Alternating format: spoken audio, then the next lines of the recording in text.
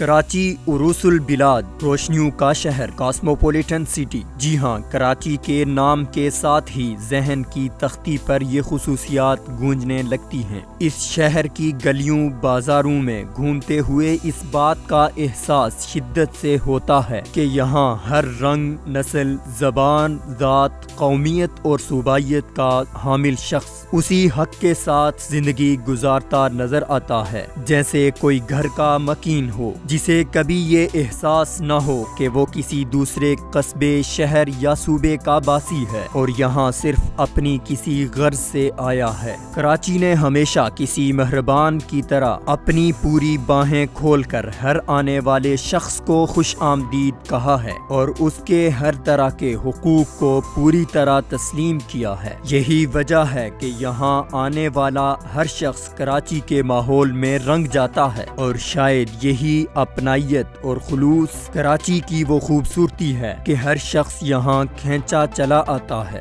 گو کہ کراچی کے کسی علاقے کو کسی ایک قومیت یا ذات کے لیے مخصوص نہیں کیا گیا۔ یہی وجہ ہے کہ یہاں بیشتر علاقوں میں ہر قومیت کے افراد مل جل کر رہتے ہیں، مگر کچھ مخصوص علاقے بھی کسی ایک قومیت کے افراد کی شناخت بن گئے ہیں۔ کراچی نے کبھی آنے والوں کو مایوس نہیں کیا، روزگار دیا، گھر دیا، محبت دی، تعلیم دی، صحت دی۔ یہ شہر تو اتنا فراخ دل ہے کہ پاکستان کی تکمیل کے بعد اسی نے ہندوستان سے آنے والے مہاجرین کے لیے اپنا در وا کیا۔ یہ شہر تو اتنا وسیع القلب ہے کہ اپنا دارالحکومت کا تاج بھی بڑی خوشی سے دوسرے شہر کے سر پر سجا دیا۔ 1970 کے بعد اسی محبت و خلوص کے پیکر شہر کو کسی کی نظر لگ گئی اور حکمرانوں اور نام نہاد جمہوری علمبرداروں نے اس شہر میں مذہبی اور لسانی تنازعات کو فروغ دیا اور بھائی کو اپنے ہی بھائی کا دشمن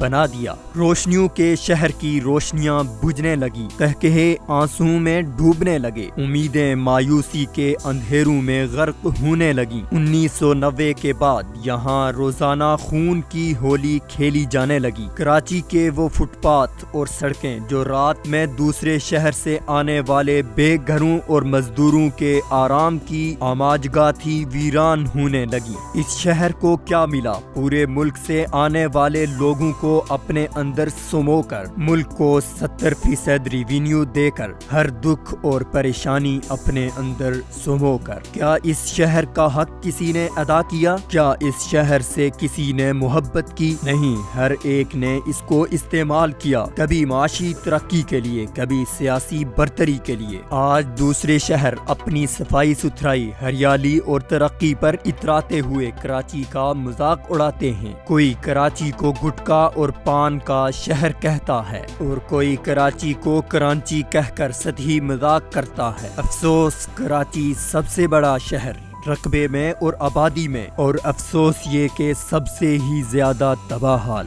2018 کے الیکشن سے پہلے تک کے 5 سال اس شہر کی حالت اس غریب یتیم کی طرح تھی جسے ہر امیر حقارت سے دیکھتا ہے۔ سڑکیں ٹوٹی ہوئی، جگہ جگہ گندگی کے انبار، ٹریفک کا نظام ناقص، لا قانونیت کا دور دورہ، اسٹریٹ کرائمز کا وہ حال کہ اگر پاس سے کوئی موٹر سائیکل نکل جائے تو دل حلق میں آ جائے۔ دن دہاڑے ڈکیتیاں، پولیس غافل اور حکومت خواب خرگوش کے مزے میں مدہوش۔ نہ سیوریج کا نظام بہتر، نہ پانی کی فراہمی بحال، ٹینکر مافیا اپنے عروج پر، کہ الیکٹرک تو ویسے ہی فرعون کے گمشدہ بھائی کی حیثیت رکھتے ہیں۔ بس ایک نفسا نفسی، گہما گہمی، ایک ہجوم بے کراں، ایک اژدہام جو بس صبح ہوتے ہی زندگی کے سفر پر نکل جاتا اور رات کے کسی پہر ٹریفک میں پھنستا ہوا یا بس کے پائیدان پر لٹکتا ہوا اپنے آشیانے پر پہنچ جاتا۔ مگر کیا کیجئے کہ اسی شہر کراچی نے ہمیشہ اپنا بھرم رکھا، جس نے جو دیا وہ خاموشی سے لے لیا، جو نہ ملا نہ اس پر کوئی مواویلا کیا، نہ بین ڈالے،